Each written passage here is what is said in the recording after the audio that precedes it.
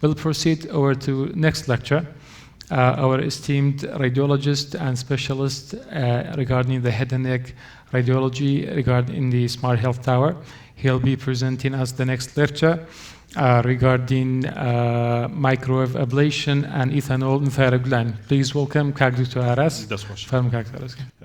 First of all, still we, to this moment, surgery is still the most effective and the common treatment for thyroid nodule in general.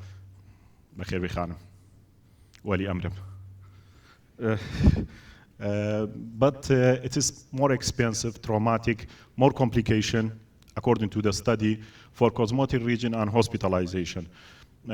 توز پیشش از لگه کاکتور مجده باسی و مانک جاران نخور دوسری روزمایه تیسا مرور عملیات کری وارا ارنیرته ولا برو.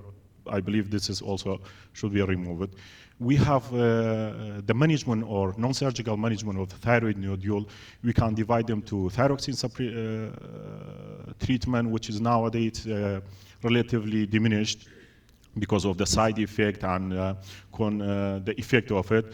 Second is the percutaneous ethanol injection of cystic or predominantly cystic nodule, or thermal ablation or radioactive iodine. I will try to speak about the ethanol and also microwave, and to represent some of our cases that we do it in our center. In general, up to 50% of the population without thyroid problem may have a thyroid nodule, from which up to 25% of this group are solitary and could be cystic or predominantly cystic nodule. This is more to be a Korean study, and I believe it is nearly to our study, but I believe that thyroid nodule is more common in our population. I tried too many times to have data about it, but sometimes they say that because we don't have the data about the population, so we cannot give the number of the patients that have.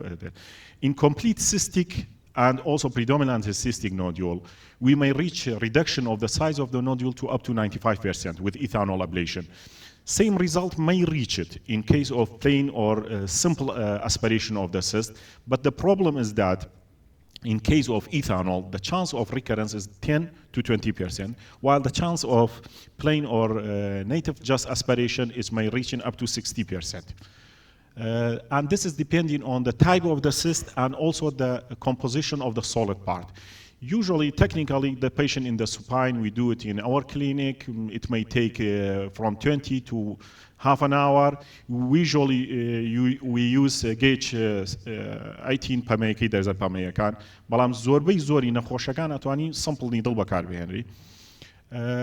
As I mentioned, the most important point is that two types of aspiration man here. Either we do ethanol ablation immediately and we remove the ethanol within up to 5 minutes, and this is called the aspiration, or retention form in which you can keep the ethanol within the neck for about 7 to 9 days, and this is more effective but more painful and more time consuming.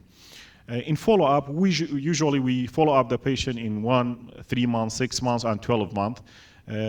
But most of the patients really in our society, after the second, they don't return back.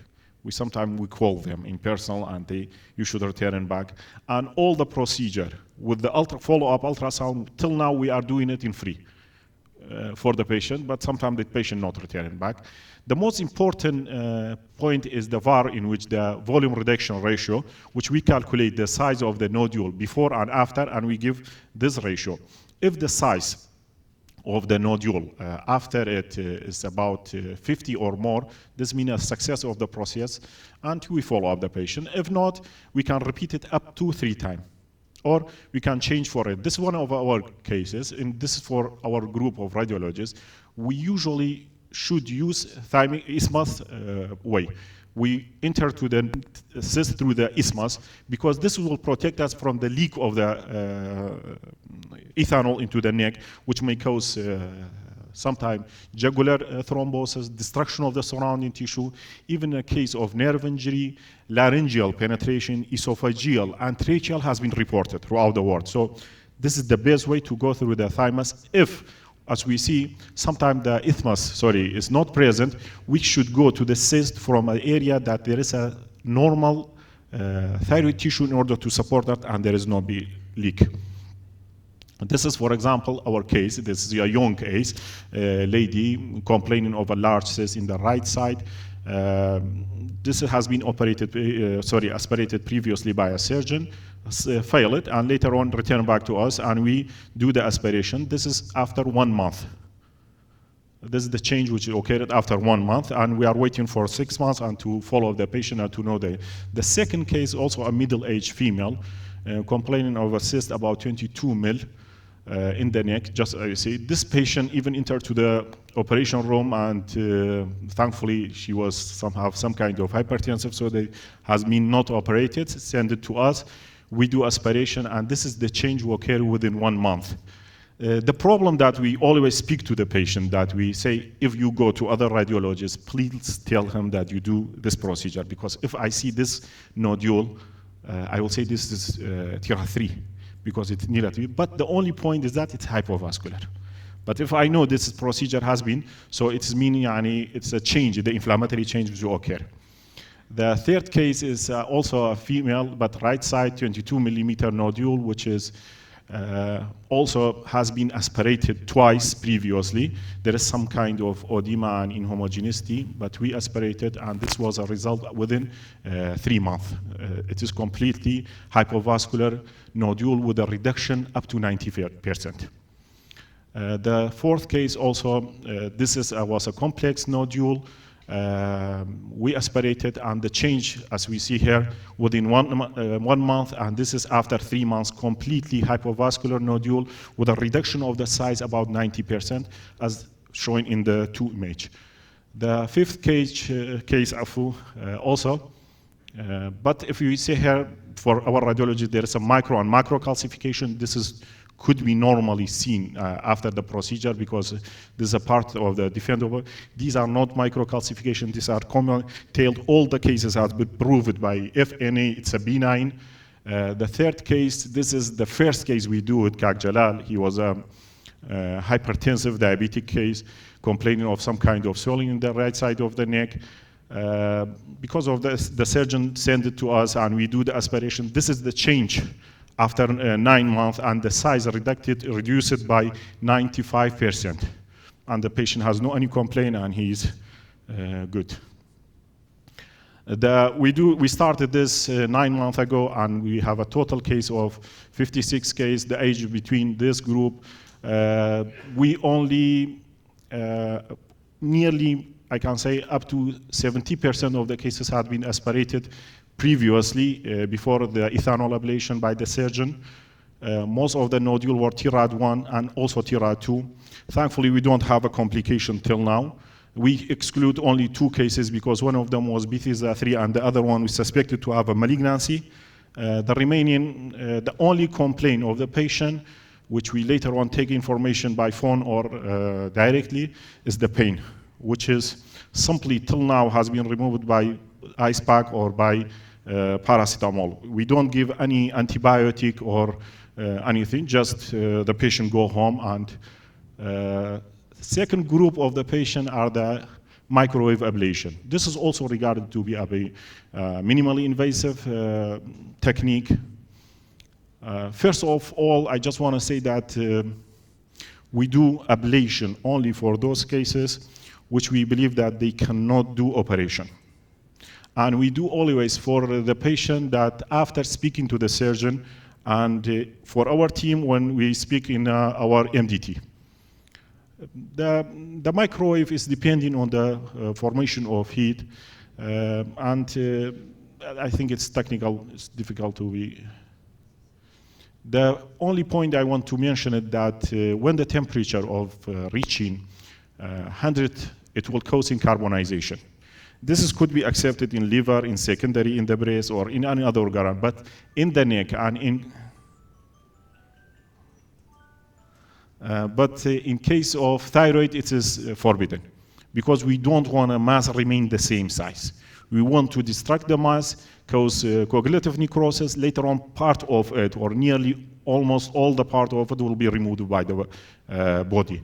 But if we reach the level of carbonization, it will remain as the same mass, and it will not be removed, and the patient always feel the mass. The preparation, as usual, we have a thyroid function, and FNA or biopsy proved should be done for every case. We don't do ablation for any patient that we don't have a definite diagnosis. This study has been done in Korea, in which they collect about 1,400 cases in multi-center, not only one center.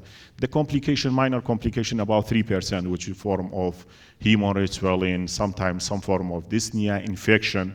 And the major complication, which include in the nerve injury, esophageal injury, tracheal injury, was 1%. The main problem in our patient, still pain. During the procedure or after the procedure. We usually follow up the patient by, we call them in person next day, in 1 month and 3 months and 6 months to follow up. This is the technical how we can enter the nodule. It's depending on the patient and the site and the size of the nodule. The first case we do it was middle-aged female complaining of MTC, has been undergoing operation for local regional control 6 times. She has a nerve injury in one side. After 1 year, she developed also multiple bilateral lymphadenopathy and highly suspicious nodule. We do FNA, and it was positive. We speak to our committee and MDT. We decide that after even he take the opinion of other surgeon that he cannot do operation, we do 2 section of the ablation of multiple nodule as much as possible in order to prevent it. This one, for example, one of the nodule, just immediately after the procedure, if you see the change, the vascularity, the reduction of the size was 30 to 40% within just few weeks. The calcitonin level, they use it from 51 to 36 by only one side, because we took about 1 hour, 20 minutes for the left side. The patient say, I'm tired, I cannot continue. So we take this information, only calcitonin has been reduced at this level by 1 section, and we were waiting for the other side also. Thankfully, we don't have a complication in this patient, and some relatively were satisfied by the result, because this is, I believe, it's a palliative rather than to be a definite management for this patient. Second case also, she was a 36 years old female operating twice for parathyroid adenoma. One of the procedure done in 19, and she was, we speak to the surgeon, and we believe we don't have information either all the lymph node in the right side or, sorry, parathyroid has been removed or not. The second time when she returned back to me was 2019, and she was having large nodule removed by our group, our surgeon, thankfully. Later on this year, returning back also with smaller nodule. Our major concern about this patient was that we was believed that only parathyroid functioning is that which is present. So we try to be more conservative, and there was a reduction in the size of it by 20% within just after the procedure, and the PTH was returned back to upper normal level just immediately after the procedure. And we are follow-up the patient to know what will happen, because in one of the study has been done in USA, some of the patient after microwave ablation may develop it, especially if she has another operation, may develop in hypo, because could be this adenoma could be the only source of parathyroid hormone for the patient.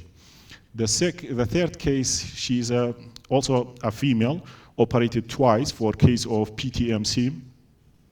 She has developing also recurrence after 2 years from the last operation. This is the nodule just before we start the procedure, and this is immediately after the procedure. Reduction in the size could reach in 30% after the procedure. Also vascularity, which is the most important point here, is the vascularity, because one of the important points should describe it for the patient is that you will not have an immediate result in our head and neck. you need 6 months to 1 year to know the result. So hypovascularity is very important early feature. This is just one of the other nodule. If you see it in the left side, it's large, but after the procedure, small. In the last 3 months, we start microwave ablation. We have 12 cases. The age of them different from young to older age. Each of them at least undergo 2 operations. May reaching 6 operations. All the cases had been proven to be malignant before. Most of the cases were MTC, PTC, and we have 2 cases of parathyroid. Thankfully, we don't have a complication now, till now. Pain was the main problem to us and or the patient during the procedure. And at the end, thank you very much, and I think I should finish with my time. You finished right on time, guys. Yeah. Very good. Thank you very much. Thanks to Aras for the detailed lecture about the different modalities for the treatment of thyroid nodules and their complications, limitations, and local experience regarding the subject.